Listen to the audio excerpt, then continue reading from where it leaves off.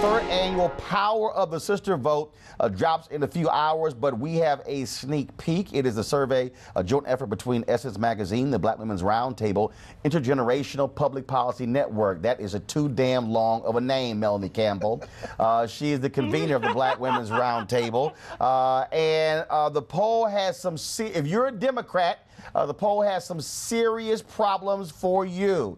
Joining us via Skype from New York is Vanessa Luca, editor-in-chief, Essence Magazine. In studio with me is Melanie Campbell. First and foremost, Melanie, big problems for Democrats with your poll. Roland, this is our third year, and every year we ask Black women, you know, who has your best interest political party, Republican, Democrat. The Republican number stayed the same over the last 3 years. A former Republican, right. a former Republican told me point blank, no group hates us more than Black women.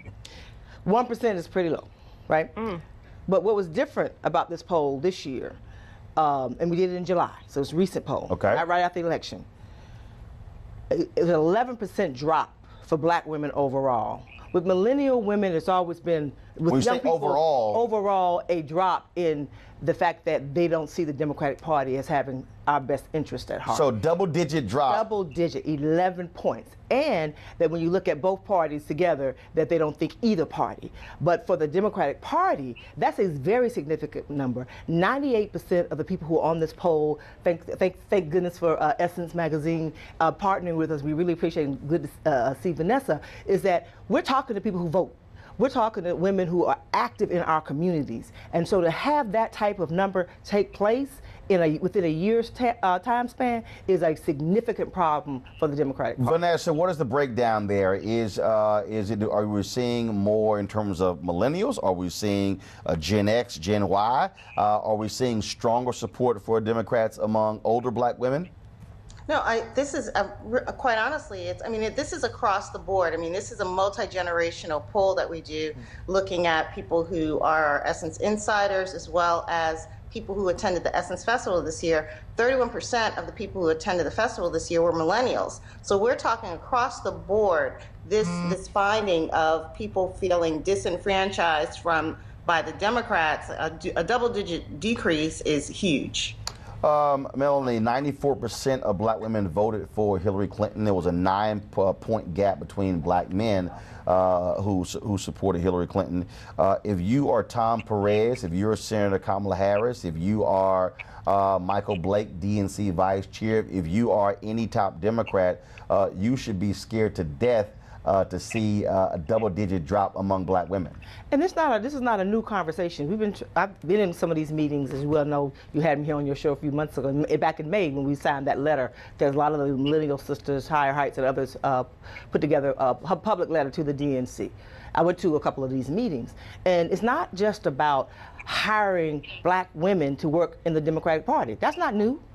You know, what's important is that you have to engage your most loyal base on every level of leadership, whether it be financial leadership, and not just the DNC.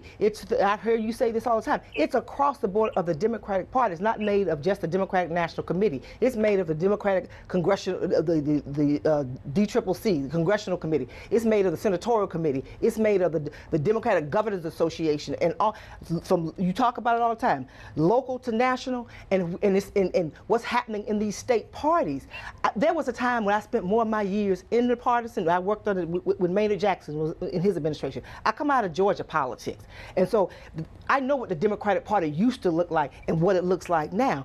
And if they don't change, Black women, we're having a conversation at CBCF today at 2 o'clock to talk more deeply about this poll. And the conversation is about, it's a power shift. Black women are in a different place and time. It's not about just being sick and tired. We're like, look. And if people say, well, you don't have anywhere to go, we got plenty of places to go and different things to do, and we also have to figure out what that means for us. Vanessa, in terms of getting the attention of political folks, and I've been hitting hard on Joner, on TV One, on the fact that you look at the spending of Democrats, virtually, I mean, little spending, less than 2% with Black political consultants, with Black pollsters. If they actually spent more money with Black folks, they probably would have a better idea of why Black women are running away from the Democratic Party. But how do you then make them pay? Because if Republicans are ignoring black folks and not paying us any attention, then black folks are stuck.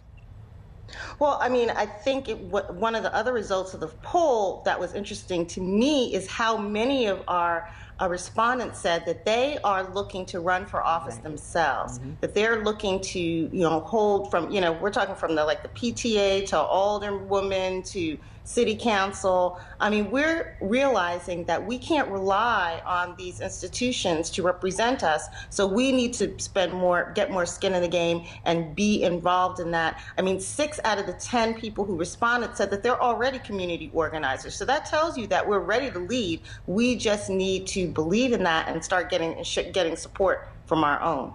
Roland, can you hear me? Yes, go ahead. I just want to know, do you see the black women moving in the direction of independence in terms of an independent party, a la Bernie Sanders, and moving away from the Democrats and using the Democratic Party at a later time? I don't particularly see an independent party because how difficult that is, but I would say the independent party are those who don't vote.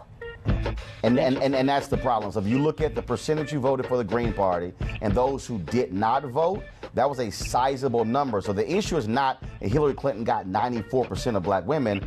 What is the number of black women who turned out? The percentage is irrelevant. It's the number and intensity. And who we bring with us, because that's the secret sauce for black women. We bring everybody with us, and that's when those numbers go up for black folks. And we'll be live streaming more results at 2 o'clock today. Tom Perez, you might want to pay attention. This would be a problem for the midterms next year, Tom. All right. Good job, Roland Martin. Thanks a bunch. Weekdays on TV One. I will never lie to you. Oh, my God. Roland Martin. He doesn't want to talk to us. He wants to ignore us. Uncensored. Hell no. That ain't gonna cut it, boo. Unapologetic. No, that is fundamentally false. You are wrong. Unfiltered. He wants an America where we all look alike. He ain't talking about black people. Unrelenting. You better go work out, because you got a fight on your hands. NewsOne Now with Roland Martin. Weekdays at 7 a.m. on TV One.